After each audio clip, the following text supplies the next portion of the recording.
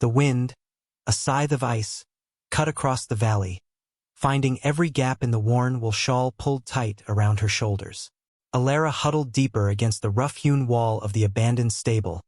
The acrid scent of animal waste long faded, replaced by the biting smell of frost and her own fear.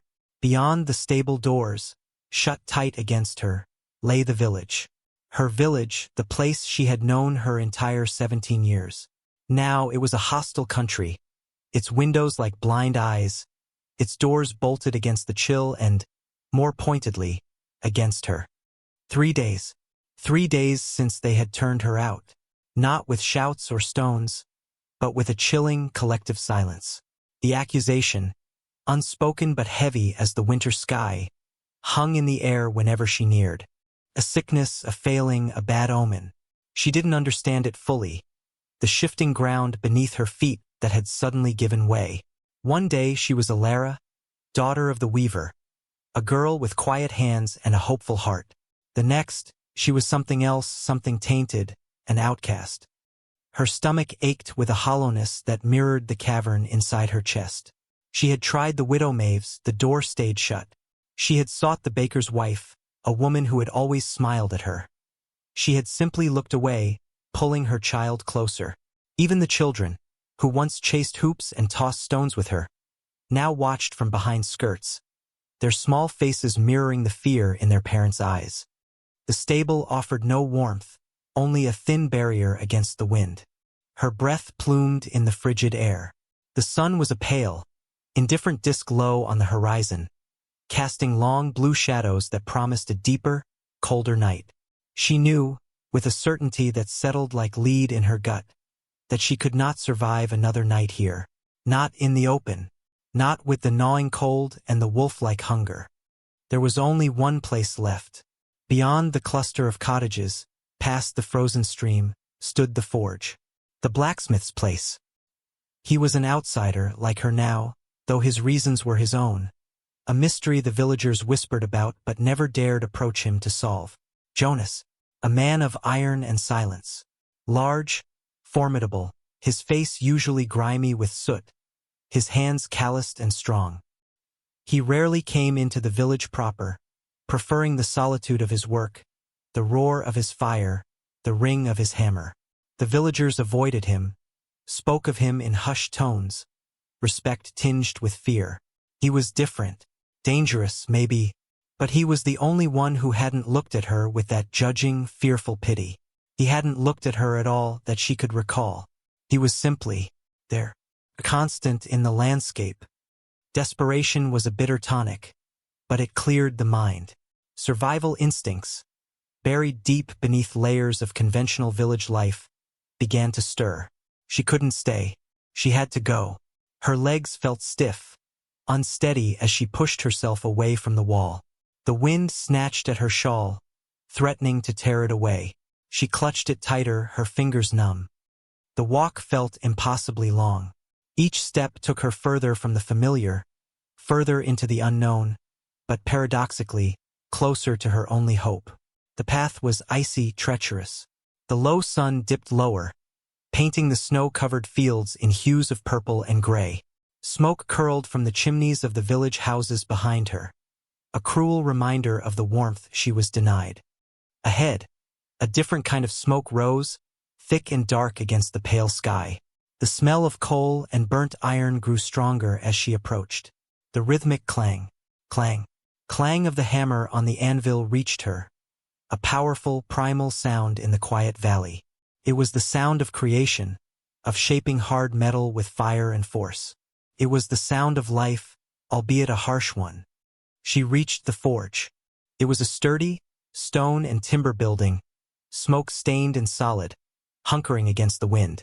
Light, a fierce orange glow, pulsed from the open doorway, visible even from a distance. She stopped at the entrance, her heart hammering against her ribs, a frantic, desperate drum against the anvil's steady beat. The heat from within spilled out, a glorious wave that felt impossibly warm on her frozen skin. He was inside, silhouetted against the fire, his powerful arms raised, bringing the hammer down on a glowing piece of metal held in tongs. Sparks flew, like bright, brief stars against the dimness. The air was thick with the smell of heat, sweat, and iron. It was a world entirely apart from the quiet, domestic life of the village. She stood there, a frozen figure on the threshold, unable to move, unable to speak. The clang, clang, clang continued, filling the silence between them. He didn't look up immediately. His focus was absolute, the metal demanding his attention. Then he finished the stroke, lowered the hammer, and turned the metal with his tongs. It was only then, perhaps sensing her presence, that he looked towards the doorway. His gaze, framed by a face smudged with soot, met hers. There was no welcome in it, but also no immediate hostility. Just a steady, assessing regard. Her breath hitched in her throat. The moment stretched, taut with unspoken questions. She was at his mercy. The heat from the forge was a physical presence, a welcome shock after the biting wind. Alara remained rooted in the doorway, a small, shivering figure silhouetted against the fading light outside. Jonas watched her, his dark eyes unreadable in the firelight. He didn't speak. The only sounds were the hiss of the coals, the low roar of the bellows when he kicked them, and the persistent, unsettling beat of her own heart. He went back to the metal, picking up the hammer again. Clang, clang, clang. It was a dismissal, a return to the work that clearly consumed him. But he hadn't shut the door. He hadn't told her to leave. Tentatively, she took a step inside. Then another. The heat wrapped around her like a rough blanket. It smelled of sweat, hot iron, and something else. Something earthy and dark, coal dust, perhaps, or the lingering scent of the forest outside. She moved further in, out of the direct line of the wind. Her eyes adjusted to the dim, fire-lit interior. Tools hung on the walls, heavy and functional. Piles of scrap metal sat in corners, waiting to be reborn. It was a place of raw power and purpose. She stayed near the entrance, uncertain of where to put herself, how to exist in this man's world. After what felt like an eternity, he finally laid down the hammer and plunged the glowing metal into a trough of water. Steam exploded upwards with a loud hiss, momentarily obscuring him. When it cleared, he wiped his hands on a leather apron and turned towards her fully. Cold, his voice was deep, gravelly, like stones rumbling. It was the first word he had ever spoken directly to her. She nodded, unable to find her own voice. He gestured with his head towards a corner near the hearth, where a rough wooden bench sat against the wall. Sit. It wasn't an invitation, more a quiet command, delivered without inflection. She obeyed instantly, moving stiffly to the bench. It was hard and worn, but positioned near the radiating heat of the fire. A wave of weary relief washed over her. She sank onto the bench, pulling the inadequate shawl tighter. He didn't ask why she was there. He didn't ask about the village or the cold or her obvious distress. He simply watched her for a moment, his gaze steady, then turned back to his forge. He stoked the fire, added more coal, the flames leaping higher with a hungry roar. He picked up another piece of metal, examining it. The silence returned, not empty this time, but filled with the sounds of the forge, the crackling fire, the occasional clink of metal. She watched him work. His movements were economical, precise. There was a quiet strength in him, a self-contained power that was both intimidating and, she realized, oddly comforting. He wasn't like the villagers, whose emotions were written plainly on their faces, whose judgments were sharp and swift. Jonas was a wall, solid and unyielding, but perhaps, just perhaps, a wall that could offer shelter. As the light outside faded completely, plunging the forge into deeper shadow save for the fire's glow, she felt herself beginning to relax, the tension that had held her rigid for days slowly leaching away with the cold. She was still afraid, still uncertain, but the immediate, bone-deep terror of freezing alone was receding. He finished shaping another piece of metal, letting it cool on a rack. Then he did something unexpected. He went to a small, crude table in a corner, where a tin mug and a loaf of dark bread sat. He poured something from a kettle near the fire into the mug, tea. She smelled the faint, earthy scent and picked up the bread. He came over to the bench and simply held them out to her. She looked at the mug, then the bread, then up at his face. His expression hadn't changed. He wasn't offering pity or charity, it seemed. Just sustenance. Practical need met. She reached out with trembling hands and took them. The mug was warm, the bread surprisingly soft. "Thank you," she whispered, her voice rusty from disuse. He gave a curt nod and returned to his work, leaving her to eat in the relative quiet of the forge. The bread was simple but nourishing. The tea was bitter, but warm. With each swallow, each bite, a little more strength returned to her body. She was a stray animal seeking refuge, and he, the solitary wolf, had not driven her away. It was not kindness as the village understood it, with its smiles and expectations, but a stark, silent acceptance of need. It was enough, more than enough. Days blurred into a quiet rhythm within the forge. Elara remained a silent inhabitant, sleeping on a pile of sacks near the dying embers of the fire, waking with the roar of the bellows in the morning. Jonas didn't speak much, and she spoke even less. Their communication was one of shared space, of observed routine. He worked from dawn till dusk, the clang of his hammer a constant in her life. She learned the cadence of his work, the fierce heat of the furnace, the smell of quenching steel. She started helping in small, hesitant ways, fetching coal, sweeping the floor, keeping the water trough full. He never asked her to, but he never stopped her either. At first, her movements were clumsy, uncertain. She felt like an intruder, constantly in the way. But gradually, she found her place, learning where things were, anticipating small needs. He would provide simple meals, bread, stew, occasionally smoked meat. He never ate with her, always taking his food to his workbench or a stool by the fire, a silent, solitary figure even in shared space.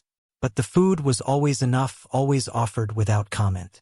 It was a different kind of communication, one built on action rather than words. She watched him, learning his quiet strength. He was a master of his craft, transforming raw metal into essential tools, hinges, nails, and sometimes more complex pieces for farm equipment. There was beauty in the raw power of his work, the way he controlled fire and metal with apparent ease. He seemed rooted, grounded in the physicality of the forge, unaffected by the winds outside or the whispers of the village. The village remained a presence, but a distant one. Occasionally, someone would approach the forge for a repair, their faces tight with discomfort as they noticed her within. Their eyes would flick from her to Jonas, a silent question passing between them. He would handle the transaction quickly, his face expressionless, his massive presence a clear boundary. They never lingered, their fear of him outweighing their curiosity or judgment of her. His silence was a shield, protecting them both. One evening, the silence felt different. The storm outside raged, wind howling like a banshee around the stone walls. The fire was roaring, casting dancing shadows. Jonas was working on a horseshoe, the rhythm slower now, the day winding down. Elara sat on the bench, watching the flames. The quiet was punctuated only by the storm and the gentle ring of the hammer. They said, "I was a blight," the words were out before she could stop them, small and fragile against the storm's fury. Jonas paused his hammering, the horseshoe glowing red in his tongs. He didn't look at her. "Who?" "The villagers. After my father died. And the crops failed the next year. And sickness came," she clasped her hands tightly in her lap. "They looked at me, like it was my fault." The hammer rose and fell again. Clang, clang. "People look for reasons," he said, his voice low, rough. "When things are hard. But why me?" Her voice was a whisper. He turned from the anvil then, looking at the glowing metal before plunging it into water with a hiss. He walked over to the bench, sitting on the opposite end, facing the fire. He didn't look at her directly, his gaze fixed on the flames. "Different," he finally said. "You were different." She frowned. "How?" He shrugged his massive shoulders. "Quiet. kept to yourself. Not like the others. Is that bad? He was silent for a long moment, watching the fire. To them, he said finally, his voice softer than she had ever heard it. Anything they don't understand. Yes, it can be bad. He stood up abruptly, breaking the moment. He went to the hearth and stirred the coals. There's more to you than they saw, he said, his back to her. Their sight is narrow. The words hung in the air, unexpected and profound. More to you than they saw. Their sight is narrow. It wasn't a grand declaration, but coming from him, the silent, stoic blacksmith, it felt like a gift. It was the first time someone had suggested she was more than the label the village had placed upon her.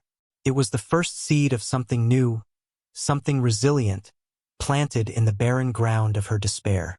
The storm howled outside, but inside the forge, near the fire, a fragile hope began to flicker. The tentative trust, nurtured in silence and shared space, began to deepen. Alara's helping hands became more sure, more useful. She learned to manage the bellows with a steady rhythm, to sort scrap metal, to recognize the different stages of heating steel by color. She wasn't a blacksmith, but she was a part of the forge, a necessary component in its function. Jonas still spoke little, but his silence no longer felt like distance. It felt like a quiet presence, a solid anchor in her world. He watched her. She knew, his dark eyes missing nothing, but his gaze was assessing, not judging. She began to speak more, sharing small observations about the weather, the changing seasons, things she noticed in the valley. He would respond with grunts, nods, or short, factual sentences. It wasn't conversation as she had known it, full of gossip and pleasantries, but it was a connection, a shared reality built piece by piece. One bitter afternoon, a group of villagers approached the forge. Not for a repair this time. Their faces, visible through the swirling snow, were grim and determined. Alara felt a familiar knot of fear tighten in her stomach. Jonas straightened from his work, his massive form filling the doorway. The air inside the forge grew still, the rhythmic clang replaced by a tense silence. The leader of the group, Thomas, a farmer with a hard face, stepped forward. "Jonas," he called out, his voice thin in the cold air. "We need to speak with you." Jonas waited, his arms crossed over his chest. "It's about the girl," Thomas continued, glancing past Jonas at Alara, who stood near the hearth, her heart pounding. "She's been here too long. She's not welcome in the valley. She brings misfortune." Jonas's face remained expressionless. "She works here. She has no family," another villager, a woman, added, her voice sharp. "No claim on this valley. She should move on, before winter truly sets in. For her own good." Alara felt a surge of indignation, quickly followed by shame. Their words were familiar accusations, sharpened by the season's hardship. Her good. Jonas's voice was low, dangerous.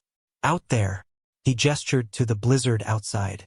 "There are other places," Thomas insisted, though his voice lacked conviction under Jonas's steady gaze. "She can't stay here. Not in the forge." Jonas unfolded his arms, his hands flexing. They were large, powerful hands, accustomed to shaping metal. The villagers took a collective step back. "This is my place," Jonas said, his voice gaining volume, resonating with the power of the forge fire behind him. "My fire, my roof. Who I shelter here is my business." "But she's " Thomas started, attempting to invoke the old accusations. "She's under my protection," Jonas interrupted, his gaze sweeping over the group, daring them to challenge him. "Anyone who troubles her, troubles me." The threat hung heavy in the air.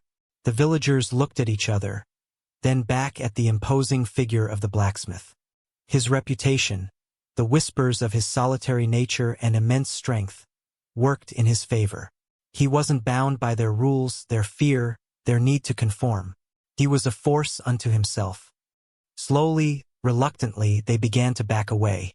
Thomas mumbled something about the council, about this not being the end, but there was no fire in his voice. They turned and retreated back towards the village, swallowed by the swirling snow. Alara let out a shaky breath she hadn't realized she was holding. Her legs felt weak. Jonas turned back to her, his expression softening almost imperceptibly.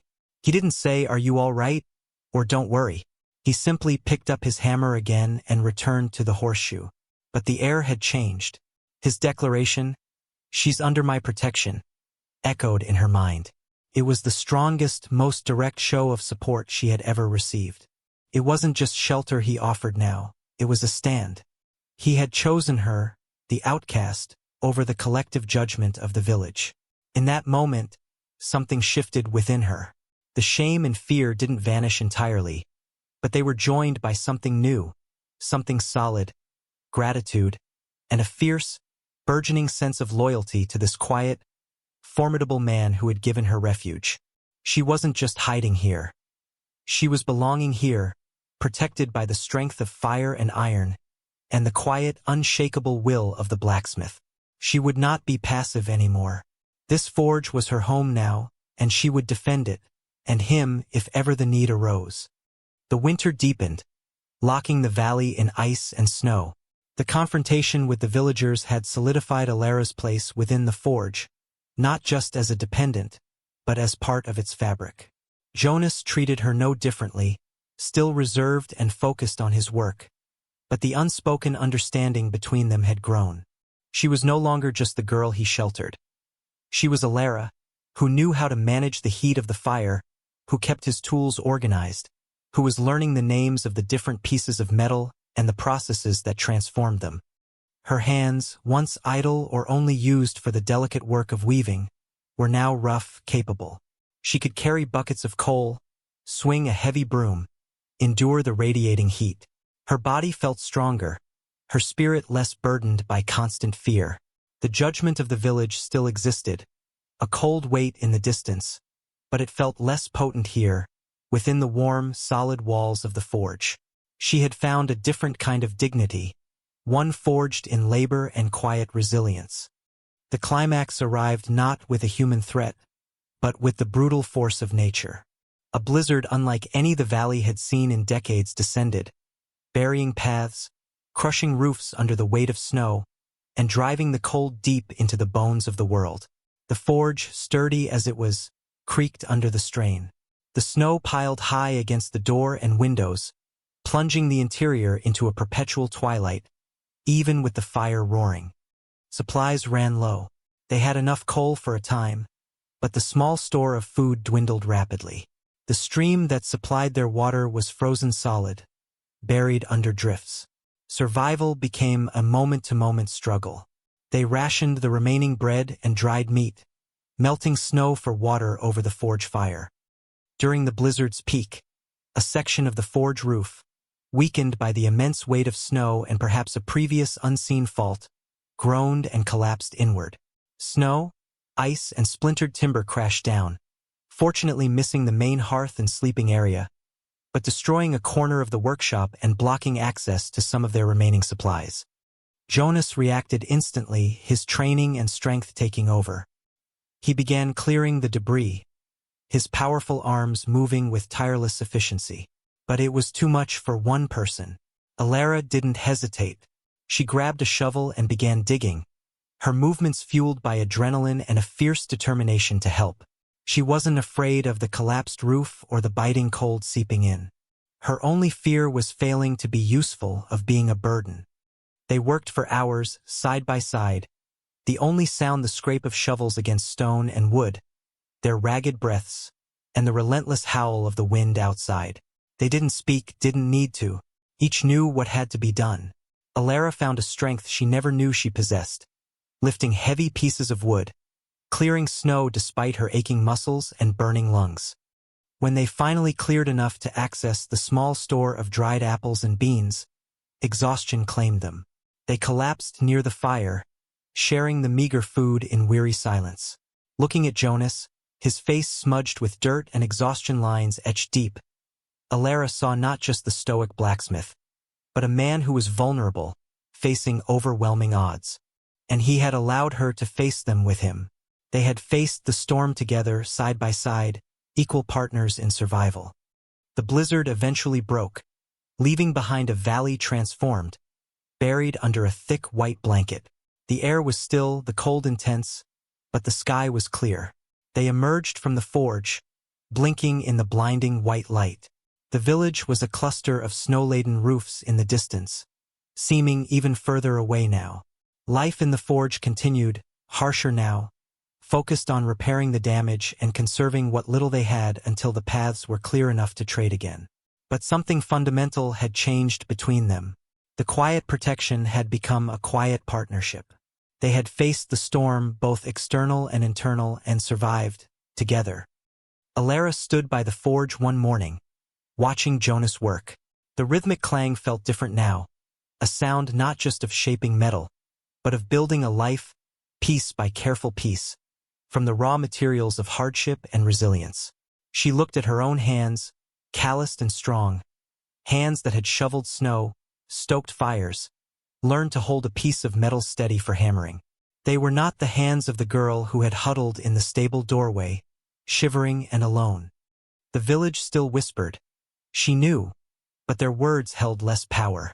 They were figures in the distance, their judgments muffled by the snow, by the solid walls of the forge, by the unyielding strength of the man beside her and the resilience he had helped her find within herself.